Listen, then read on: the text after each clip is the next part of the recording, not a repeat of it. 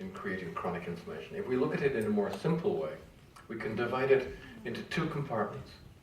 In the top compartment, this is where omega-3s are very, very important. 6s cause inflammation, roughly. 3s protect against inflammation. If you have too many 6s and not enough 3s, and in the West, we're now a ratio of 15 to 1. We should probably be between 2 to 1 and 3 to 1. But the ratio, we eat much more plant oil now, and we eat much less omega-3s. We're now 15 to 1, so we have more 6s than 3s. And when you have more 6s than 3s, you create lipid mediators, which cause, well, they do two things. They attract various types of immune cells and get them ready for inflammation. And they also cause edema, the accumulation of fluid inside different parts of the cell.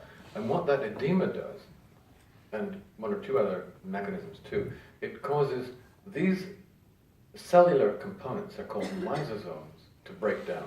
So the lysosomes rupture, and when they break down, that activates the second part of the inflammasome. It releases enzymes which destroy tissue. That is where inflammation leads to slow tissue destruction. And here, the critical factor is the polyphenols. The polyphenols block these enzymes and also downregulate the genes which express for them. So there are fewer destructive enzymes, and the enzymes there are less active.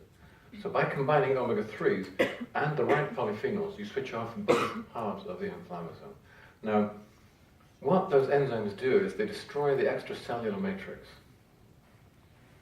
which is a new concept perhaps for some. What is the extracellular matrix? It is a mesh of microfibers which holds all of our cells and tissues together. This is a kind of ECM, so you've seen this before, I'm sure. In spring, if you pick up a leaf that has been underneath a brick, you see that it has this network there. It's not really an extracellular matrix, it's structural and vascular, but that kind of matrix also runs through all of our tissues.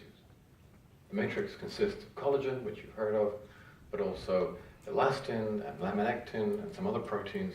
It also has other microfibers, such as glycosaminoglycans, polyglycans, proteoglycans, and others.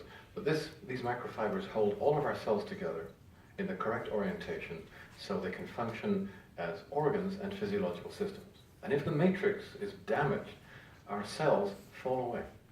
There's nothing to hold them in place. Now you've heard of these enzymes, these matrix metalloproteases, because they are the same enzymes that are produced by the so-called flesh-eating bacteria. And if you have an infection with these bacteria, they release large amounts of these enzymes, and they destroy all tissue, skin, bone, ligament, tendon, everything. That is the large, sudden release of these enzymes. But if they are released very slowly over long periods of time, they gradually destroy bone, cartilage, arteries, brain cells, kidneys, livers. And that is how chronic inflammation leads to degenerative disease. Now, because the process is so slow, we can't measure it. We have no chemical markers. You can use, and this is for the doctors, you can use things like hsCRP, procalcitonin, TNF-alpha, the various interleukins. They do measure inflammation, but they're very crude. You only see these markers increasing when there is very acute, substantial inflammation. For most of us with chronic degenerative disease, you can't measure them. So we have to look at symptoms instead. What are the symptoms of chronic inflammation?